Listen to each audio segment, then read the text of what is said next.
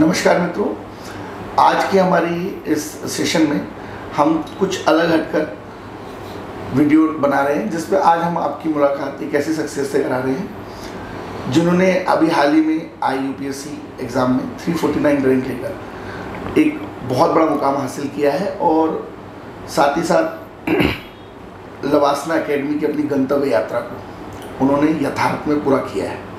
और आपका नाम राहुल देशमुख है, आप धनबाद IIT से पास आउट हैं और आपने अपने 5-6 साल के एक लंबे संघर्ष के बाद जो है इस मुकाम को हासिल किया है। और वाकई आप ये अपने आप में बहुत बड़ी प्रेरणा स्रोत की बात है कि बालाघाट जैसे एक ज़िले में जहाँ पर संसाधनों की भी कहीं ना कहीं कमी रहती है और एक सामान्य परिवार की पृष्ठभूमि से आकर देश के सबसे बड़े एग्ज़ाम को जो है फाइनली क्रैक किया है, तो ये बालाघाट ज़िले के साथ साथ मध्य प्रदेश के लिए बहुत ही गौरव की बात है।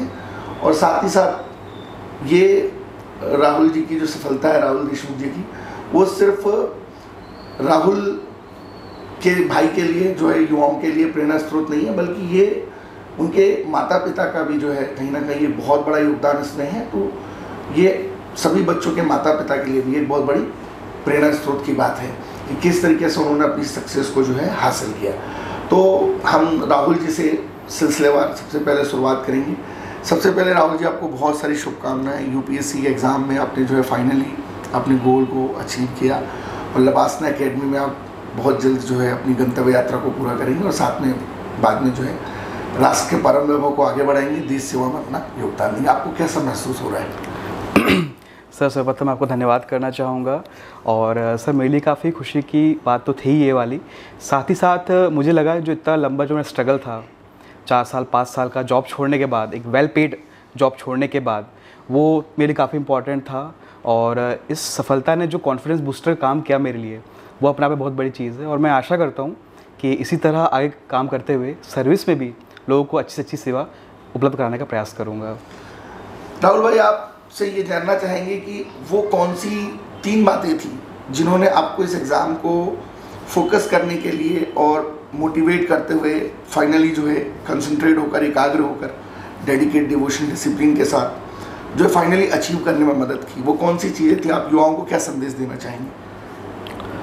सर, सर्वप्रथम है इसके लिए है डेडिकेशन और कंसिस्टेंसी।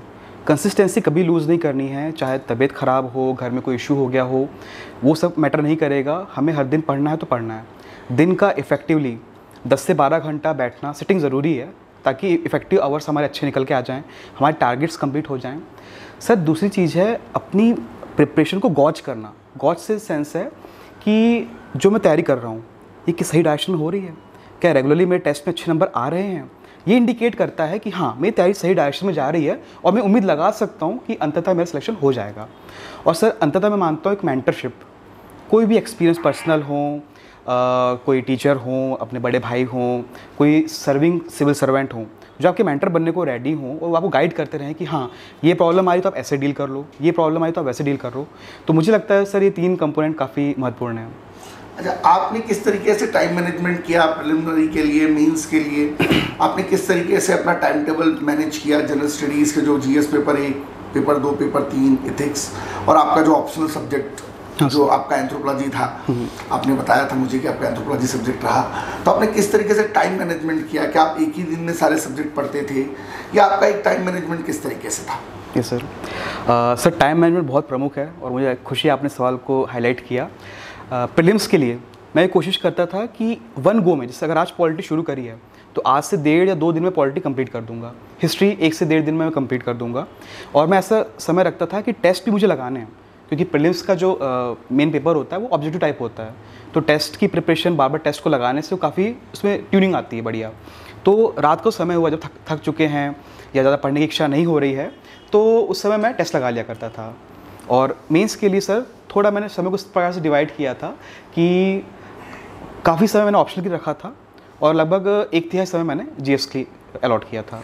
मतलब आपने बेहतर सोच समझ के साथ पहले पढ़ाई करी, फिर हाँ, मल्टीपल चॉइस क्वेश्चंस लगा के आपके prelim basic core, applied, NCERT सारी कॉन्सेप्ट क्लियर किए। बिल्कुल सर। और उन चीज़ों को जो है फिर आपने अप्लाइड किया। तो आपने इस बार के पेपर में क्या ट्रेंड चेंज देखा, किस तरीके के प्रश्न पूछे गए? जैसे सोमनाथ मंदिर को लेकर प्रश्न था, हाँ सर, उसमें इब्न बतूता को लेकर बात की गई थी, और ज्योतिर्लिंग है, तीसरा जो कोटेशन था उसमें राधा कृष्णन जी का नाम दे दिया था जबकि वो राजेंद्र प्रसाद जी थे। हाँ सर। तो इस तरीके के प्रश्न जो पूछे गए, या फिर रामानुजन जी का जो मूर्ति था, हाँ, वो हैदराबाद में प्रधानमंत्री जी ने उसको जो है उद्घाटन किया था, तो वो कहीं ना कहीं विशिष्ट द्वैतवाद को लेकर जो बात की गई थी। हाँ सर। तो आप विद्यार्थियों को किस तरह से सलाह देना चाहेंगे कि इतिहास के जो प्रश्न इस तरीके से पूछे गए आपने देखे होंगे, और निश्चित तौर पे आप फिर से इस बार मेंस देंगे और एक अच्छी रैंक, और आई होप कि हम होप करेंगे कि आप टॉप 10 टॉप 3 में आए और मध्य प्रदेश में बालाघाट जिले का नाम रोशन करें। हाँ सर। और इससे क्या बड़ी प्रेरणा मिलेगी मध्य प्रदेश के विद्यार्थियों को। तो इस बार का पेपर का जो ट्रेंड था, थोड़ा आप बताएंगे इसमें किस तरीके का ट्रेंड था? सर, साल दर साल यूपीएससी जो अपना ट्रेंड है काफ़ी डाइवर्स और एंटिसिपेट नहीं कर सकें बच्चे उस तरफ जा रही है, कि बच्चे इस तरह से ना सोच सकें कि इंटरनेशनल रिलेशंस ही आता है या हिस्ट्री में स्पेसिफिक टॉपिक से ही आता हो। साथ साथ जो वैरायटी हमेशा यूपीएससी में कहा जाता है काफ़ी अनप्रैक्टिकल है, और जो वैरायटी ऑफ क्वेश्चंस वहाँ पे रहते हैं, जैसे इस बार पेयरिंग जो क्वेश्चंस थे, 1 पेयर सही है, 2 पेयर सही है, 3 पेयर सही है, ये अपने आप में बहुत टफ चीज़ है सर। जिसको पिन पॉइंट पूरी बात नहीं पता है वो उसको नहीं हिट कर पाएगा। तो इस तरह से सर क्वेश्चंस थे। तो मैं स्टिल ये कहूँगा सर कि जो टेस्ट पेपर अवेलेबल है मार्केट में उनको प्रैक्टिस करते रहें स्टूडेंट्स, और जो स्टैटिक है स्टिल स्टैटिक को अच्छे से करने से ये पेपर काफ़ी डिसेंट जा सकता है। तो मैं कहूँगा स्टिल इस पर फोकस करना चाहिए। अच्छा, एक चीज़ मैं आपसे पूछना चाहूँगा कि जब हम तैयारी करते हैं और हमें शुरुआती दौर में असफलता हासिल होती है, तो कहीं ना कहीं हमारा मन उदास होने लगता है, हम व्यथित होने लगते हैं, और एक मिडिल क्लास फैमिली में जो व्यक्ति पैदा होता है उसके पास बहुत सारी बड़ी चुनौतियाँ होती हैं, समाज, सोसाइटी, है ना, इन फ्यूचर शादी ब्याह और भी बहुत सारी चीज़ें होती हैं। तो एक बहुत तरीके का जो प्रेशर होता है, एक यूपीएससी की तैयारी वाला बच्चा जो होता है, जो फेल हो जाते हैं यूपीएससी में, वो भी बोलते हैं कि भाई सिविल सर्विस ने हमें बाहर कर दिया, बट सिविल सर्विस बहुत कुछ सिखाई जाती है। बिल्कुल सर। और जो पास हो जाता है वो तो निश्चित तौर पे जो है कुछ बड़ा करता है सिस्टम में जाके। तो ये इस प्रकार का दौर भी आपके साथ रहा, क्योंकि मैं भी आपको लंबे अरसे से जानता हूँ, है ना, आप अपने अध्ययन अध्यापन के दौरान मुझसे जुड़े रहे हैं, तो मैंने चीज़ देखी है, आपके डेडिकेशन को, आपके डिवोशन को मैंने बहुत नज़दीक से महसूस किया है। तो आपने किस तरीके से उस चीज़ को फेस किया? सर, मैं हमेशा से लर्निंग के तौर पे देखता था। तो जैसे जिम जाए बगैर अच्छी फिटनेस नहीं आती, अच्छी बॉडी बिल्डअप नहीं होती, मुझे ऐसे ही लगता है कि बुरे समय से गुजरे बगैर इंसान मेंटली टफ नहीं होता। इंसान से सीखता है डिटैचमेंट, कि ठीक है मुझे लोगों से डिटैच रहना है, मुझे सिचुएशन से डिटैच रहना है, इससे इन्फ्लुएंस नहीं होना है कि ये हो जाएगा तो ये नहीं करूँगा। और बिल्कुल सर, एक इससे ना बहुत महत्वपूर्ण चीज़ है आत्मविश्वास की, कि नहीं मुझसे हो जाएगा। ये जब तक अंदर से आवाज़ आती रहती है तो हम उससे प्रयास करते रहते हैं, और ये बिल्कुल होता है सर कि शुरुआती समय में सफलताएँ नहीं मिलती, क्योंकि एग्ज़ाम भी बहुत लेंदी है, टफ है अपने आप में, बहुत कटिंग एज कंपटीशन है सर इसमें। तो मैं इसमें यही कहूँगा कि हमेशा आत्मविश्वास बना रहे, एक फेथ रहे खुद के प्रति, पर हाँ सही टेंजिबल फेथ होना चाहिए। टेंजिबल इन द सेंस कि मैं सीरियसली 12 घंटा पढ़ता हूँ, सीरियसली मेरे टेस्ट लगातार नंबर अच्छे आ रहे हैं, जस्ट मैं सिर्फ हवाबाजी नहीं करता हूँ कि हाँ सर बस मेरा हो जाएगा, ऐसे नहीं, मेरे टेस्ट में नंबर अच्छे आ रहे हैं, मुझे सभी ने अच्छी फीडबैक दी है, तब हम मान सकते हैं कि हाँ मेरी प्रिपरेशन अच्छे लाइन में है। अच्छा, आप ये बताइए कि आज के इस दौर में युवा जो है कहीं ना कहीं एक अपने लक्ष्य पे कंसंट्रेशन नहीं कर पाता है, वो हर चीज़ को तुरंत पा लेना चाहता है। हाँ सर। ठीक है, वो चाहता है कि बस बिल्कुल इनपुट डाल के आउटपुट आ जाए, है ना, टेक्नोलॉजी के तरीके से उसकी लाइफ में जो है वो आउटकम्स आ जाए। तो अभी यहाँ पे थोड़ा युवाओं में पेशेंस की कमी है ना। बिल्कुल सर। तो आपने किस तरीके से पेशेंस को अपना सेंट्रलाइज रखिए, अपनी एक निरंतरता के साथ तैयारी करी, और एक आप अपने आप में सफल व्यक्तित्व हैं, आप लबासना जाएंगे, वहाँ पर भी बहुत कुछ सीखेंगे, फिर सिस्टम में आकर भी बहुत कुछ सीखेंगे, सिखाएंगे, सिस्टम में काम करके दिखाएंगे। तो आपको क्या लगता है कि आज युवाओं को किस तरीके से अपने आप को मैनेज करने की ज़रूरत है, खासतौर से जो सिविल सर्विस की तैयारी कर रहे हैं? सर, आपने सही कहा, पेशेंस रखने की ज़रूरत तो बहुत ज़्यादा है ही, पर्टिकुलर जो सिविल सर्विस या दूसरे एग्जाम्स की प्रिपरेशन कर रहे हैं उनके लिए भी। और इसको सर मैनेज करते रहने के लिए ज़रूरी है कि थोड़ा जो आउटसाइड डिस्ट्रैक्शंस हैं, जैसे सोशल मीडिया में प्रेजेंट रहना, बहुत ज़्यादा दोस्तों के साथ घूमना फिरना, मैं ये नहीं कह रहा कि इसे कट ऑफ हो जाने की ज़रूरत नहीं है। ऑफ कोर्स हम एग्ज़ाम देना है तो काफ़ी ज़रूरी है कि मेंटल हेल्थ भी अच्छी रहे, थोड़ा लोगों से घुलना मिलना ज़रूरी है, पर इस स्तर तक का भी घुलना मिलना सही नहीं है कि बहुत ज़्यादा समय जा रहा है, या शादियों में आराम से जा रहे हैं, या दोस्तों की बर्थडे पार्टी में घूम रहे हैं। प्रायोरिटीज़ लाइफ की सेट हमेशा होनी चाहिए कि अभी ये इंपॉर्टेंट है, कभी कुछ और इम्पॉर्टेंट होगा। तो इस प्रकार से थोड़ा डिटैच रहें सब चीज़ों से। बाकी सर कंसिस्टेंसी मैं कहूँगा बहुत महत्वपूर्ण है, कि लगे रहें पूरे समय, अच्छा राहुल भाई, ये बताइए, ये कहते हैं कि हमारा जो सिस्टम है प्रशासकों को प्रशासन करने योग्य बनाता है। लास्ट 70 सालों में आज़ादी के बाद हमने देखा कि प्रशासकों को प्रशासन करने योग्य बनाता है, जबकि आज जो 21वीं सदी में नई चुनौतियां आ रही हैं, तो क्या प्रशासकों को प्रशासन देने योग्य बनाने की ज़रूरत है? मतलब मेकिंग मिनट टू मैनेज नहीं, बल्कि लेटिंग मिनट टू मैनेज। मतलब क्या सिविल सर्विस का वर्तमान फ्रेमवर्क क्या सही तरीके से चीज़ों को सुटेबली सोसाइटी के साथ कनेक्ट करता है? आपको ऐसा लगता है पर्सनली तैयारी के दौरान? ये तो है सर कि जिस तरह से भारत देश ने डेवलप किया है और टेक्नोलॉजीज वगैरह इवॉल्व हुई हैं, सिविल सर्वेंट्स और सिविल सर्विसेज ने बाय एंड लार्ज खुद को इवॉल्व तो किया है। जैसे एडॉप्शन ई गवर्नेंस का, नई नई टेक्नोलॉजी आ रही हैं, और जिससे सर हाल ही में मिशन कर्मयोगी आया हुआ था, इसके अंतर्गत सिविल सर्वेंट्स की अपग्रेडिंग, उन्हें ऑन साइट लर्निंग, इनके बहुत स्कोप दिए गए थे। और सर जिस तरह से ओवरऑल गवर्नमेंट की ease of doing business, minimum government, maximum governance पे फोकस है, मुझे लग रहा है सर आने वाले 10-15 सालों चीज़ें बहुत ब्राइट है। गवर्नेंस इतनी बेहतर होने वाली है कि जो अभी तक की समस्याएं हैं ये काफ़ी तक रिजॉल्व होंगी। एक मिडिल क्लास फैमिली का स्टूडेंट जो है,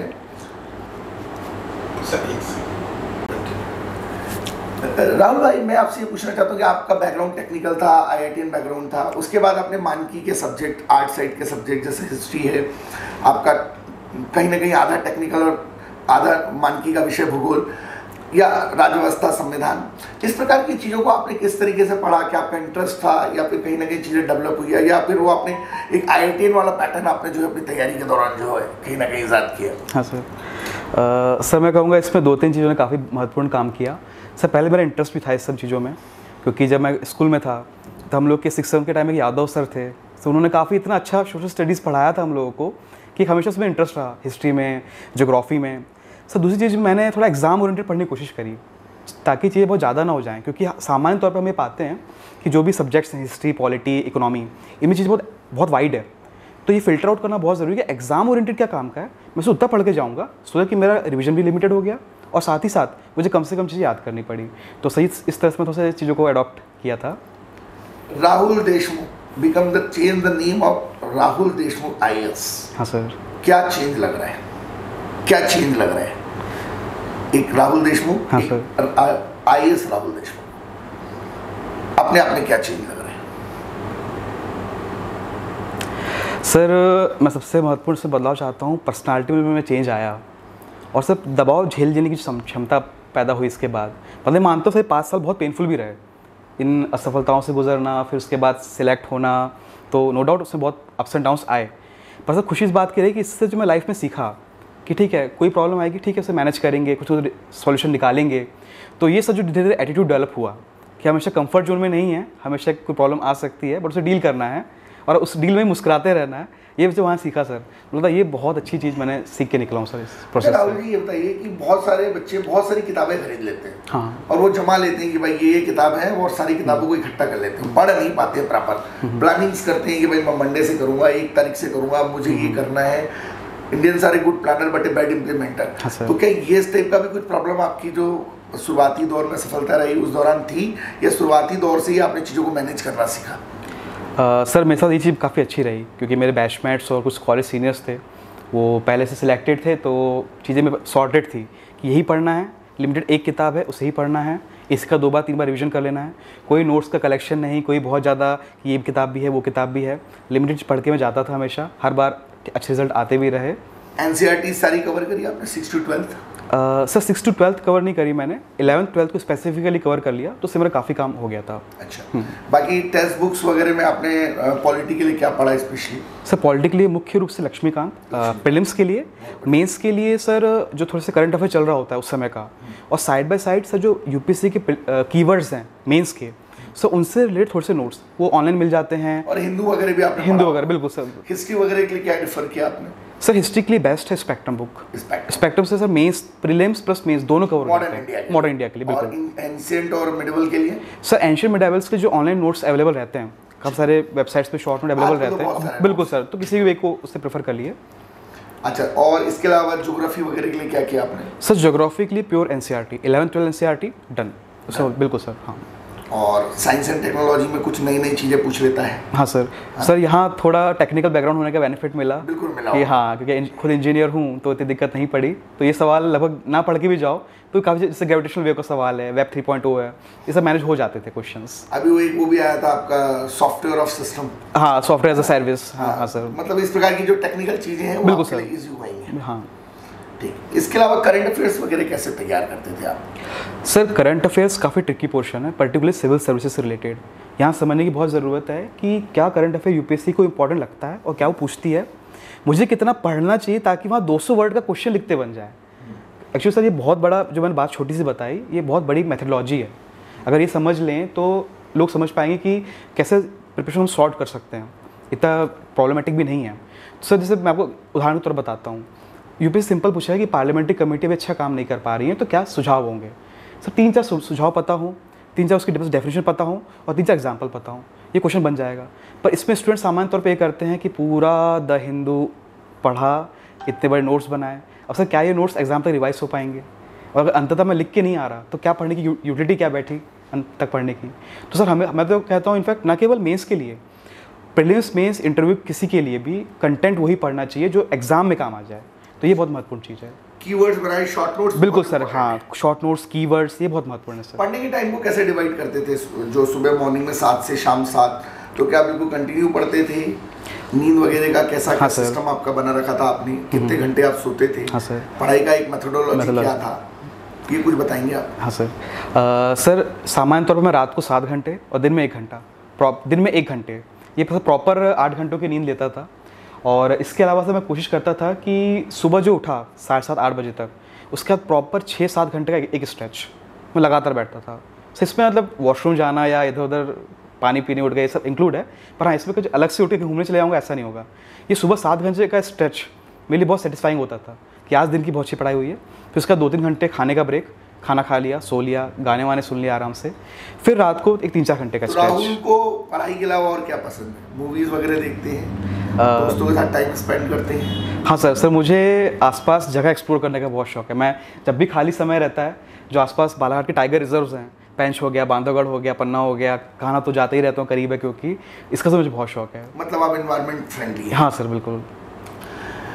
आप जब भी एज ए डीएम ज्वाइन करेंगे तो हर जगह की लोकलाइजेशन एक डिफरेंट तरीके की प्रॉब्लम्स के साथ चीज़ें रहेंगी, वहाँ का आप सर्वे करेंगे, पायलट प्रोजेक्ट से काम करेंगे। बट मध्य प्रदेश कैडर आपको मिले, हमारी शुभकामनाएं हैं एज IAS। तो मध्य प्रदेश की जिस प्रकार की पृष्ठभूमि है, तो आपकी कौन सी 3 प्रायोरिटीज़ रहेंगी एज ए डीएम? आप किन 3 बेसिक प्रायोरिटीज़ पे काम करना चाहेंगे? आपकी प्रायोरिटीज़ आपने कुछ डिसाइड की होगी? हाँ सर। है ना, बिफोर सिलेक्शन, आफ्टर सिलेक्शन, तो आप किन प्रायोरिटीज़ पे काम करेंगे? सर, सर्वप्रथम मैं काम करना चाहूँगा हेल्थ के लिए, क्योंकि प्रायोरिटी सर ये इसलिए प्रमुख है क्योंकि अगर हेल्दी पर्सन रहा तो एनी हाउ वो अपना चीज़ें लाइफ बहुत अच्छे से मैनेज कर लेगा, अच्छे डिसीजन लेगा, उनका ज़्यादा खर्चा अपने हेल्थ पे नहीं होगा, तो अपनी इनकम को बढ़ा भी सकते हैं, अच्छा काम कर सकते हैं। सर, दूसरी प्रमुख प्रायोरिटी होगी एजुकेशन, जो कि हम पाते हैं कि एजुकेशन के स्तर में कुछ इश्यूज़ हैं, मैं उसे एड्रेस करने की पूरी कोशिश करूँगा। उसमें कुछ ई टूल्स जो होते हैं उसको भी आप अडॉप्ट कर सकते हैं, ऐसा मैं सोच के रखा है सर। और सर, तीसरा मैं करना चाहूँगा एम्प्लॉयमेंट जनरेशन के लिए। जैसे मैं खुद एक माइनिंग इंजीनियर हूँ और मध्य प्रदेश बहुत खनिज संपदा से भरा हुआ है। मैं हमेशा चाहूँगा सर कि यहाँ पे और इस तरह की इंडस्ट्रीज प्रमोट हों, क्योंकि इनकी एम्प्लॉयमेंट इलास्टिसिटी बहुत अच्छी होती है। तो ये 3 सर मेरी प्रायोरिटीज़ रहेंगी। अपनी टेक्निकल डिग्री जो माइनिंग है उसको कैसे प्रशासन में प्रयोग करेंगे? सर, इसके लिए जो भी एरिया होगा वहाँ पे जो भी मिनरल रिलेटेड चीज़ें हैं, मैं उनमें संबंधित जरूर एक सुझाव दे सकता हूँ। और आपकी जो हॉबी है एनवायरनमेंट, उसको कैसे यूज़ करेंगे प्रशासन में?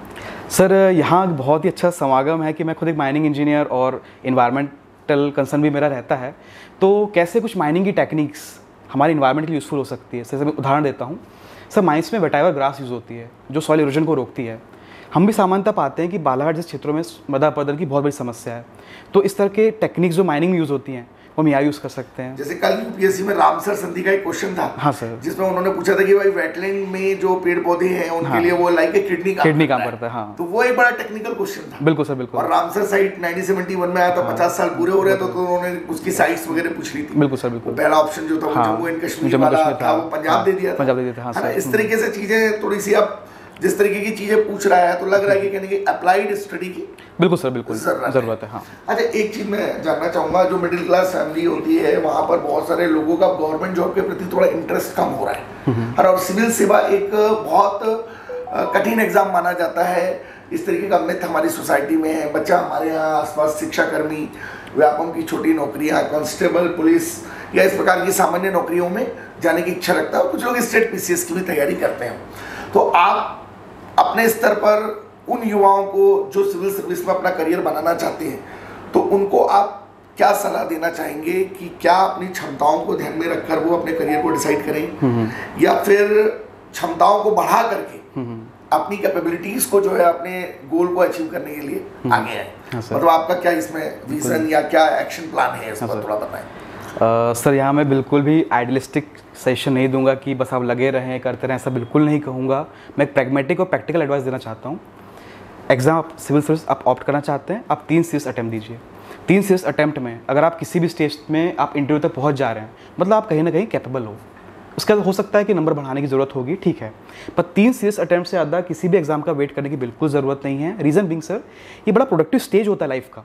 23 to 30 जो एज होता है, जिसमें सामान्यतः युवा तैयारी करते हैं गवर्नमेंट एग्जाम्स की, ये बहुत ही प्रोडक्टिव स्टेज होता है। यहीं से फाउंडेशन बनती है कि अब आगे की लाइफ कैसी होने वाली है। और सर, अगर ये एक तरह का जो डिविडेंड अगर खो गया, तो आगे फिर सर 35 या 40 की एज में वो अपॉर्चुनिटीज़ नहीं बचेंगी। तो सर वो एग्जॉस्ट नहीं होने देना है, ना अपने स्टैमिना को एग्जॉस्ट होने देना है। 2 से 3 सीरीज अटैम्प्ट दिए, हो गया अच्छी बात है, नहीं होता है कोई प्राइवेट का ऑप्शंस को अडॉप्ट किया। क्योंकि सर मैं आप सामान्यतः पाता हूँ कि युवा उसमें लगे रहते हैं, एग्जाम्स से परेशान भी होते हैं, और मुझे बुरा भी लगता है सर कि ये इतना अंड्यू उसमें प्रेशर में क्यों हैं। तो सर मैं कहता हूँ इक्वली अच्छी हैं प्राइवेट अपॉर्चुनिटीज़ भी, अपनी स्किलिंग पे काम करें। अब तो सर जिस तरह का जो IT सेक्टर, सॉफ्टवेयर का जो रिवॉल्यूशन इंडिया में, ये काफ़ी प्रॉमिसिंग है। तो इस पर सर स्टूडेंट्स काम कर सकते हैं। कई बार लोग 21-22 में तैयारी चालू करते हैं, वो लगे रहते हैं 8-10 साल तक के, तब तक उनकी उम्र शादी ब्याह की हो जाती है। समाज का भी प्रेशर कहीं ना कहीं होता है, बिल्कुल सर, है ना, और पेरेंट्स भी एक लंबे समय तक के एफर्ट्स करने में कहीं ना कहीं अनकंफर्टेबल महसूस करते हैं। तो ऐसी कंडीशन में युवाओं को जो है अपना करियर एक प्रॉपर प्लान करना चाहिए, और स्किल्ड और एबिलिटी पर जो है काम करना चाहिए, वो फोकस करना चाहिए। अच्छा, एक चीज मैं और पूछना चाहूँगा, यूट्यूब पे बहुत सारा ऑनलाइन मटेरियल है, बहुत सारे कोचिंग इंस्टीट्यूट लगे हुए हैं, बहुत सारे कोचिंग क्लासेस भी अपने लेवल पर एफर्ट्स कर रहे हैं, बहुत सारा कंटेंट और मटेरियल भी। एक स्टूडेंट्स को किस तरीके से चॉइस करना चाहिए? क्योंकि कोई इनिशियली स्टेज में मैं आपसे जुड़ा रहा हूँ, तैयारी के दौरान, तैयारी की प्रक्रिया के दौरान आप अध्ययन अध्यापन दोनों ही स्तर पर जुड़े रहे हैं हमसे, और एक भावनात्मक भी कहीं ना कहीं आपका हमसे लगाव रहा है और हमेशा रहेगा। तो आप स्टूडेंट्स को जो यूट्यूब पे बहुत सारी भरमार है, बहुत सारे, एक वो भी एक कहीं ना कहीं कंफ्यूजन है कि बेस्ट चॉइस क्या है इसमें रहेगा, क्या हम जो है बेस्ट अपने लिए अडॉप्ट कर लें। बहुत सारा बुक है, बहुत सारा कंटेंट है, तो इसको किस तरीके से चॉइस करें स्टूडेंट? सर हमेशा कहा जाता है कि the flood of information creates the deficit of attention, कि जो इतनी सारी इन्फॉर्मेशन है उससे अटेंशन के एक जगह सेट नहीं हो पाता कि ये करना है या ये करना है। सर बेस्ट चीज़ है किसी एक रिलायबल सोर्स को उठाएं और बस उसे फॉलो करते चलें। कभी ऐसा नहीं होता कि ये सोर्स की बुक बहुत अच्छी है और ये बुक बिल्कुल ख़राब थी, ऐसा कभी नहीं होता सर। सब में वही बात लिखी होती है, बस ढंग अलग हो सकता है। तो जनरल ट्रेंड चल रहा है, कोई 1 या 2 वेबसाइट या कोई 1 या 2 चैनल फॉलो कर लिए और बस उनको रिलीजियसली फॉलो करते हुए अपना पढ़ाई करते रहे। बेटर है कि रिवीजन बुक को 10 बार पढ़ें, 10 बुक को एक बार पढ़ें। बिल्कुल सर, बिल्कुल। अच्छा, आप एक चीज़ होती है बेस्ट पॉसिबल, एक चीज़ होती है बेस्ट अवेलेबल। हाँ सर। तो लाइफ में आप किसको प्रायोरिटी देना चाहेंगे? जो डिलेमा आता है इंसान की लाइफ में, चाहे वो स्टूडेंट हो या कॉमन पीपल भी हो, कि भाई एक चीज़ होती है बेस्ट पॉसिबल, एक चीज़ होती है बेस्ट अवेलेबल। तो ये पॉसिबल और अवेलेबल के बीच में आप किस तरीके से चॉइस करेंगे? क्योंकि आपने इथिक्स भी पढ़ रखा है, सत्यनिष्ठा पढ़ी है, एटीट्यूड पढ़ा है, अब उसको इम्प्लीमेंट भी आप सोसाइटी में जाके करेंगे। आप देख रहे हैं कि आजकल कई अधिकारी इथिक्स पढ़ते हैं, बट वो करप्शन में इन्वॉल्व हो जाते हैं। तो वो तो खैर एक बात की प्रक्रिया है, लेकिन मैं ये आपसे पूछना चाहता हूँ कि एक बेस्ट पॉसिबल, एक बेस्ट अवेलेबल, किस तरीके से चॉइस करेंगे आप? सर इसमें मैं थोड़ा पर्सनल आंसर देना चाहूँगा। मेरा पर्सनल एटीट्यूड हमेशा ऐसा रहा है, मैं हमेशा बेस्ट पॉसिबल के लिए सोचता हूँ कि ठीक है बेस्ट अवेलेबल तो अवेलेबल है ही, ये तो हमारे पास सब्सिडी रखा ही हुआ है, पर जो बेस्ट पॉसिबल है एस्पिरेशनल होती है सर वो चीज़ कि हाँ ये हम करके दे सकते हैं, ये करके हो सकता है। सर मैं आपको उसमें उदाहरण देना चाहूँगा। सर केरल में पोस्टेड IAS ऑफिसर्स हैं, उन्होंने ट्रांसजेंडर्स के लिए, पुअर पीपल के इतने बेहतर काम किए हैं जो अपने आप में मॉडल्स हैं। तो वो तो अपने आप कहीं ना कहीं बेस्ट पॉसिबल थे। छत्तीसगढ़ में बहुत सारे एग्जांपल्स हैं जहाँ पे नक्सल एरिया में बहुत अच्छे IAS ऑफिसर्स ने बहुत अच्छा काम किया है। तो सर हमेशा बेस्ट पॉसिबल की ओर ही जाना चाहिए, क्योंकि सब अपने लिए एक नया गोल सेट करते हैं कि इसे हम अचीव कर सकते हैं। तो और ये चीज़ एडमिनिस्ट्रेशन में इक्वली अप्लीकेबल है। अच्छा राहुल भाई, अब ये बताइए कि अगर आपकी तैयारी के दौरान कुछ असफलताएं और भी आपको लगातार मिलती, अभी तो फाइनली आप सिलेक्ट हो गए, IAS बन गए हैं, तो क्या आप झेल पाते? सर डील तो कर रहा था, प्लान रखा था, ऑप्शन था दिमाग में? सर नहीं, बैकअप पे मैंने काम करना अब शुरू कर दिया था इस साल से। हाँ, क्योंकि मेरा ये तीसरा इंटरव्यू था और थोड़ा मुझे डर भी था कि क्या रहता है क्या नहीं रहता है। तो बैकअप पे मैंने काम करना शुरू कर दिया था कि वापस माइनिंग में जाऊँगा, वापस कहीं MBA करूँगा, कुछ ना कुछ तो मेरे मन में था। मैं उस पर काम भी अपना शुरू कर दिया, सीनियर से कांटेक्ट की, सर क्या करना चाहिए बताइए। के मुकाबले संकल्प मजबूत था। बिल्कुल सर, बिल्कुल। तो फाइनली आपका संकल्प जीत गया। बिल्कुल सर, बिल्कुल। अच्छा, एक चीज़ मैं आपसे और पूछना चाहूँगा, क्या माध्यम का फर्क पड़ता है? सर विशेष तो नहीं पड़ता, क्योंकि बट हाँ, हमेशा ये बात मन में हमेशा रखनी चाहिए कि किस लैंग्वेज में मटेरियल की अवेलेबिलिटी अच्छी है। अगर इंग्लिश में बेहतर है तो वो ठीक है, और अंततः यही बात है कि जो स्टूडेंट को जिस लैंग्वेज में पढ़ना हो, जिसमें कंफर्टेबल खुद हो, वो ऑप्ट करना चाहिए। आपने अपनी सफलता का श्रेय माता पिता, ईश्वर, गुरुजनों को दिया।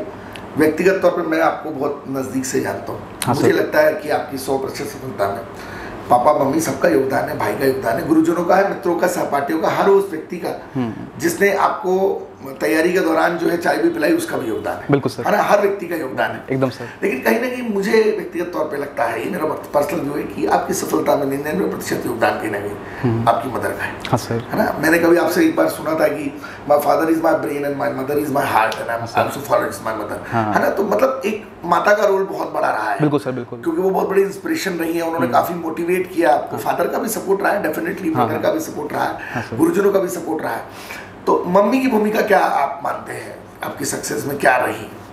सर मम्मी की भूमिका मैं कहूँगा वो आधार है जिस पे सफलता टिकी थी, क्योंकि कोई भी एग्ज़ाम हो वही मुझे मेंस के लेके जाती थी। एक्चुअली आप जानते होंगे सर मेंस कितना लंबा चलता है, UPSC का 15 दिन चलता है। वो साथ में मेरी स्टे करती थी ताकि इसकी हेल्थ अच्छी रहे, इसे खाने में कोई दिक्कत ना हो, इसे सर्दी वर्दी ना लग जाए। सर बीच में मुझे बैक पेन की दिक्कत हो गई थी, तो वो मुझे प्रॉपर कि हाँ इसे प्रॉपर मसाज चाहिए होगा या कुछ भी ऑइंटमेंट लगाना है तो हेल्प करती थी। और सर चूँकि खुद जॉब में है, इतना सा मैनेज करना बड़ा मुश्किल हो जाता है, बट येट उन्होंने सारे काम बड़े अच्छे से निभाए। और अभी से नहीं, जब से मैं कॉलेज गया तब भी उन्होंने हेल्प की, अभी भी इतनी मदद की। तो बिल्कुल मैं बिल्कुल मानता हूँ सर कि 99% मम्मी का ही रोल है इसमें। मतलब आपकी सफलता में आप मानते हैं 99% योगदान है, तो कहीं ना कहीं आप तो युवाओं के लिए प्रेरणा स्रोत है ही। बिल्कुल सर। मुझे पर्सनली ऐसा लगता है कि आपके माता पिता भी संपूर्ण जिले के लिए, मध्य प्रदेश के लिए एक आइडल फॉर्मेट है। बिल्कुल सर। आपका छोटा भाई है, वो भी एक अच्छी पोजीशन पे है, प्राइवेट सेक्टर में बढ़िया काम कर रहा है, तो उसने भी कदम से कदम मिलाकर आपको बड़ा सहयोग किया। बिल्कुल सर। तो सबकी ब्लेसिंग्स आपके साथ थी। और आपका व्यक्तित्व, मैं खुद आपके बारे में बता दूं, क्योंकि मैं आपसे काफी समय तक के अध्ययन अध्यापन के दौरान जुड़ा रहा हूँ, तो मैंने ये चीज महसूस की है कि आपके अंदर जो सरलता, जो मैं 2016-17 में मिला था राहुल देशमुख से, और जो IAS राहुल देशमुख से 2022 में मिल रहा हूँ, तो मुझे जो सरलता, जो सहजता सीखने को मिली है ना, मैंने टेक्निकली आपसे बहुत चीज़ें व्यक्तिगत भी सीखी हैं, है ना। लैपटॉप पे पढ़ाना, प्रोजेक्टर से चीज़ें पढ़ाना, ये सारी चीज़ें जब मैं प्रयास इंस्टीट्यूट में पढ़ाता था, तो जब आप अध्यापन वहाँ करते थे, है ना, इनिशियली स्टेज में मैंने जो भी आपको डायरेक्टली सहयोग किया, लेकिन कहीं ना कहीं टेक्निकली आपने भी मुझे बहुत कुछ सिखाया। ठीक है, तो आपका जो टेक्निकल बैकग्राउंड है बड़ा स्ट्रॉन्ग है। उसके बाद एज ए ह्यूमन बीइंग आप बहुत अच्छे, हाँ सर, है ना। मतलब मैं आपसे पर्सनली, आप बैठे हैं इसलिए नहीं, मतलब मैं ये चीज़, मैं बहुत से लोगों को जानता हूँ जो IAS, इस बार दीपक दांगी जो IPS बने वो भी मेरे विद्यार्थी रहे हैं, और भी बहुत से स्टूडेंट्स हैं जो IAS IPS बने, डिप्टी कलेक्टर DC बने, बट मैंने अपनी लाइफ में बहुत कम लोग देखे हैं, और उन कम लोगों में आप मेरी प्रायोरिटी में है कि आपका जो व्यवहार, जो आपके अंदर सरलता, जो आपकी सहजता, जो आपका एक चीज़ों को लेकर डाउन टू अर्थ होना, तो ये चीज़ बड़ी इंस्पिरेशन है। तो इसका बहुत बड़ा कारण आप क्या मानते हैं? क्या फैमिली बैकग्राउंड से आपकी सीख क्या है? कहाँ से ये चीज़ आपको प्रेरणा मिली? ये जो आपका बिहेवियर है बहुत सीखने लायक है। सर एक तो थोड़ा मेरा बिहेवियर उस तरह से बचपन से ही रहा, जो स्कूल में था तो मैं दोस्तों भी हेल्प करता था, और सर एक बहुत स्ट्रॉन्ग रीज़न है ना, मैं बहुत स्ट्रांगली कनेक्ट होता हूँ फेलो एस्पिरेंट्स से। मैं भले अभी सिलेक्टेड हूँ, बट अभी मैं सारे उन दोस्तों से बात करता हूँ जो सिलेक्ट अभी नहीं हो पाए हैं। मुझे लगता है कि ये भी अपनी लाइफ में कहीं स्ट्रगल कर रहे हैं, मैं इनका पेन समझ सकता हूँ कि इतने अनसर्टन लाइफ में भी वो स्टिल फाइट कर रहे हैं। तो और मुझे लगता है मैं एनी हाउ जैसे भी हेल्प कर सकूँ मुझे करना चाहिए, क्योंकि ये सब दिया हुआ भगवान का ही है, तो बस मुझे सर्व करना है लोगों को। तो ये सर हमेशा मेरे मोटो में रहता है। बालाघाट के युवाओं को, मध्य प्रदेश के युवाओं को, विशेषकर बालाघाट में भी सभी कम्युनिटी के युवाओं को, क्योंकि हम जो है हमारा सीधा कॉन्सेप्ट है कि पढ़ेगा बालाघाट तो बढ़ेगा बालाघाट। हाँ, मध्य प्रदेश का एजुकेशन ग्रोथ बढ़ना चाहिए, यूपीसीपीएससी का सिलेक्शन बढ़ना चाहिए। तो बालाघाट के युवाओं को आप किस स्तर पर मदद करना चाहेंगे, किस तरीके से आप उनको गाइडलाइन के लिए उपलब्ध रहेंगे? क्या किसी तरीके से आपने प्लान किया हुआ है कि स्टूडेंट से आप कनेक्टिविटी कैसे रखेंगे कि सीधे आप लबासना चले जाएंगे, ट्रेनिंग करके जो है ज्वाइनिंग लेकर आ जाएंगे? हाँ, और फिर स्टूडेंट्स आपसे सीखेंगे कि भैया हमारे राहुल भैया तो आईएएस बन गए। हाँ, कुछ इस तरीके की मदद आप करना चाहेंगे कुछ युवाओं को कि भाई क्या बुक आप पढ़ लें, कैसे आप अपना टाइम मैनेजमेंट करें? तो मैं पर्सनली आपसे चाहूँगा कि आप सोशल साइट्स के माध्यम से युवाओं से जुड़े रहें। बिल्कुल सर, क्योंकि आप इंस्पिरेशन, आप प्रेरणा स्रोत है। आपको देखकर बहुत सारे मिडिल क्लास के बच्चे, बहुत सारे सामान्य वर्ग के बच्चे सपने सजोएंगे। हाँ सर, अपने सपनों को पूरा करने के लिए, मंजिल तक जाने के लिए आपको अपना प्रेरणा स्रोत बनाएंगे। आप अचानक से यूपीएससी का रिजल्ट आता है और राहुल देशमुख आईएएस जो है सब तरफ सोशल मीडिया पे छा जाता है, कैसी फीलिंग थी? और मेरा जो क्वेश्चन आपसे है वो टू द पॉइंट ये है कि आप जिले के बच्चों के लिए, मध्य प्रदेश के बच्चों के लिए अपनी क्या मॉरल रिस्पॉन्सिबिलिटी समझते हैं? हाँ सर, सर सबसे पहली रिस्पॉन्सिबिलिटी मैं ये समझता हूँ कि उन्हें मैं जो प्रॉपर गाइडेंस, जो मुझे फील हुआ और जो गलतियाँ मैंने करी वो उन्हें ना करने दूँ। तो सर इसलिए मैं सोच के रखा है कि टेलीग्राम और यूट्यूब के थ्रू मैं कुछ चैनल ऑपरेट करूँगा ताकि उन्हें गाइडेंस की वीडियोस दे सकूँ कि हाँ आप ऐसे तैयारी करिए, ऐसे करिए। और टेलीग्राम के तो जितने भी उनकी क्वेरीज हैं, अब अधिक होंगे तो थोड़ा मैच करने मुश्किल जा सकती है शुरुआत तौर पे, बट इसलिए मैं कोशिश करूँगा सर सोशल मीडिया के थ्रू मैं स्टूडेंट से जुड़ा हुआ रहूँ या आपके माध्यम से भी स्टूडेंट से जुड़ने की कोशिश करूँ ताकि उनकी जो भी क्वेरीज़ हैं, जो भी सवाल हैं वो मैं से एड्रेस कर सकूँ। तो ये मेरा सर जो प्रयास रहेगा। बालाघाट में प्रयास इंस्टीट्यूट सिविल सर्विस के माहौल को क्रिएट करने में और आप जैसे युवाओं को प्रेरणा स्रोत मानकर जो है काम कर रहा है, तो प्रयास इंस्टीट्यूट की क्या भूमिका आप बालाघाट में मानते हैं? और आपका संदेश युवाओं के लिए प्रयास इंस्टीट्यूट या ऐसे किसी और भी प्लेटफॉर्म जो सिविल सर्विस की तैयारी कर रहे हैं, है ना, स्पेशली हम सिर्फ ये नहीं बोलेंगे कि प्रयास इंस्टीट्यूट है हमारे पास आ जाओ, और भी जो सिविल सर्विस के और भी इंस्टीट्यूशन है, चाहे वो बालाघाट में हो, इंदौर में हो, भोपाल में हो, दिल्ली में हो या फिर ऑनलाइन प्लेटफॉर्म हो, तो आपका स्टूडेंट से क्या एक मैसेज है उनके लिए कि आप किस तरीके से जुड़ें या क्या प्लान करें?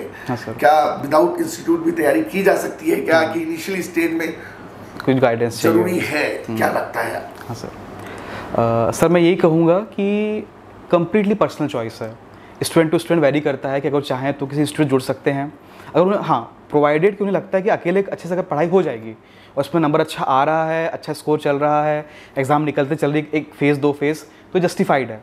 फिर अगर लगता है कि नहीं कुछ गाइडेंस की ज़रूरत है, कहीं जाऊँगा तो इकोसिस्टम मिलेगा, 3-4 दोस्त मिल जाएंगे तो हम लोग तो ग्रुप रहेगा तो हम लोग बेटर डिस्कशन कर सकेंगे या बेटर कोऑर्डिनेट कर सकेंगे, तो फिर सर किसी कोचिंग से जुड़े रह सकते हैं। पर हमेशा ये गौर जरूर करना चाहिए सर कि कितना समय कोचिंग में लगा रहा हूँ और कितना मुझे आउटपुट मिल रहा है। डेफिनेटली। हाँ, आज का बच्चा लाइब्रेरी की तरफ जा रहा है, पूरा टाइम लाइब्रेरी में बैठा रहता है एक किताब लेकर के, उसको लगता है कि पूरा ब्रह्म ज्ञान वहीं प्राप्त हो जाएगा और वहीं से ब्रह्म ज्ञान जो है परीक्षा निकल जाएगी, उसको आईएएस बन जाएगा। अच्छा। तो इस प्रकार का आपका व्यक्तिगत तौर पे क्या मानना है कि सिर्फ लाइब्रेरी में बैठ के तैयारी की जा सकती?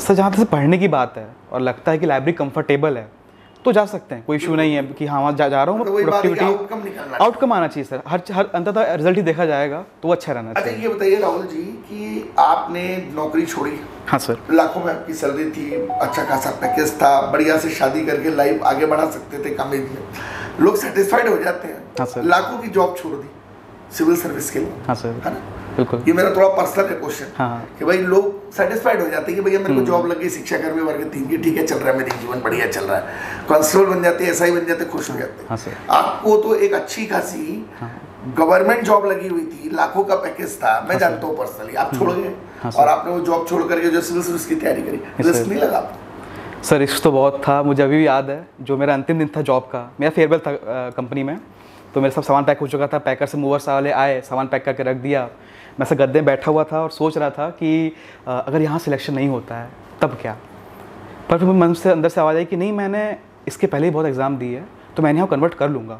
पर सर डर बराबर बना हुआ था, ऐसा नहीं होता है, अगर कोई ऐसा कहे कि मैं इस एग्ज़ाम परेशान नहीं हुआ या कहीं भयभीत नहीं हुआ तो सरासर झूठ ही कह रहा है। ये एग्ज़ाम ही ऐसे कि किसी को डर लगेगा कि ऐसा है, पर सर अंततः मुझे विश्वास था कि मैं कर जाऊँगा। और सर मैं हमेशा बिलीव करता हूँ कि स्टे हंग्री स्टे फुलिश, हमेशा क्रेव होनी चाहिए कुछ सीखने की, मतलब ये सिर्फ सिविल सर्विस तो सीमित नहीं है, ये हो सकती है कि हम किसी नई स्किल को सीखना चाहें, कोई नया काम सीखना चाहें, ये गृहिणी लोग के लिए भी इक्वली एप्लीकेबल है, कुछ नई चीज़ सीखना चाहें वो, तो हमेशा स्टे हंग्री स्टे फुलिश, कि हमेशा नई चीज़ के लिए काम करते रहना चाहिए। ठीक है, आपसे बात करके काफ़ी मोटिवेशन मिला और स्टूडेंट्स भी इसको सुनेंगे, उनको भी बहुत अच्छा लगेगा। भविष्य में भी हम इस तरीके के सेशंस रखेंगे जहाँ पर हम आपकी नॉलेज को जो है लोगों तक पहुंचाने की कोशिश करेंगे। आपके स्पेशल कुछ लेक्चर्स हम अपने ऑनलाइन प्लेटफॉर्म पे, अपने ऑफलाइन क्लासेस में भी समय समय पर कराएंगे। जब तक आप लबासना नहीं जा रहे, हम आपका पूरा प्रयोग करेंगे और आपकी मॉरल रिस्पॉन्सिबिलिटी भी कहीं ना कहीं भावनात्मक, क्योंकि आप हमसे प्रयास से जुड़े रहे हैं तो बनती है। तो आखिरी में एक अंतिम क्वेश्चन आपसे कि आप खुश रहें, मस्त रहें, स्वस्थ रहें और जीवन में आपने जो कुछ भी चाहा था अभी तक आपको मिला है। ईश्वर करे आपको आगे भी सब कुछ अच्छा मिले और आपकी फैमिली का जो सपोर्ट रहा तो वो एक बहुत अपने आप में प्रेरणा स्रोत है। हम दंडवत उनको प्रणाम करते हैं, आपके परिवार के सभी सदस्यों को, विशेषकर आपकी माता जी को, पिताजी को और आपके छोटे भाई को भी। ठीक है, हमारी बहुत सारी शुभकामनाएं प्रयास इंस्टीट्यूट की तरफ से। मध्य प्रदेश के सभी युवाओं के लिए आप प्रेरणा स्रोत है। व्यक्तिगत मेरी तरफ से बहुत सारी शुभकामनाएं, क्योंकि मैं आपसे काफ़ी भावनात्मक भी जुड़ा हूँ और मैं चाहूँगा कि भविष्य में यूपीएससी के सिलेक्शन और बढ़ें और जब भी लोग तैयारी करें तो वो आपको एक फ्रेमवर्क में अपना आइडियलिस्ट मानकर करें। सबकी सामाजिक, आर्थिक, भौगोलिक परिस्थितियाँ अलग अलग होती हैं, लेकिन कहीं ना कहीं आप इंस्पिरेशन के तौर पर, प्रेरणा स्रोत के तौर पर जो है वो काम कर सकते हो। तो अंतिम आप क्या संदेश देना चाहेंगे युवाओं को? जरूर आप दो बातें और करें और फिर आपकी बातों से हम इसको एंड करते हैं। सर मैं हमेशा ही कहूँगा कि प्रयास करते रहें लाइफ में कुछ भी नया करने का। ये चीज़ सीमित किसी कॉम्पिटिटिव एग्जाम से रिलेटेड भर नहीं है। हो सकता है अपने सिंपल लाइफ में भी आप इसको अडॉप्ट करें कि अगर मैं इतना भी कर रहा हूँ तो मैं इससे कुछ और नया सीखने की कोशिश करूँ और हमेशा अधिक से अधिक हैप्पीनेस से स्टेट ऑफ माइंड जो है उसे बहुत रखना चाहिए, क्योंकि अंततः लाइफ का मूल क्या है? हैप्पीनेस। तो वो हैप्पीनेस कहीं से भी डिराइव होती हो, चाहे मेडिटेशन करें, खेलने जाएं, दोस्तों के साथ रहें, अंततः खुश रहें। लाइफ में सबसे महत्वपूर्ण चीज़ सर मुझे लगता है यही है। हेलो फ्रेंड्स, मेरा नाम राहुल देशमुख है और मैंने यूपीएससी सिविल सर्विसेज एग्जामिनेशन 2021 में ऑल इंडिया रैंक 349 प्राप्त की है। मैं आप सभी को ये संदेश देना चाहूँगा कि जिस किसी भी कॉम्पिटिटिव एग्ज़ाम की आप तैयारी कर रहे हैं उसमें बहुत ही ऑर्गेनाइज्ड वे में, सुनिश्चित तरीके से आप प्रयास करते रहें। समझें कि क्या रिक्वायरमेंट्स है एग्ज़ाम की और हमें किस तरह से उस पर फोकस करना चाहिए। टाइम टेबल मैनेज करें कि क्या एक प्रॉपर टाइम टेबल होना चाहिए, कैसे उसे एग्जीक्यूट करना है। और इस तरह से अगर आप हमेशा लगे रहते हैं, पूरा अच्छा प्रयास करते हैं, तो मैं आपको अश्योर करता हूँ कि एक न एक दिन आप जरूर सफल होंगे। धन्यवाद।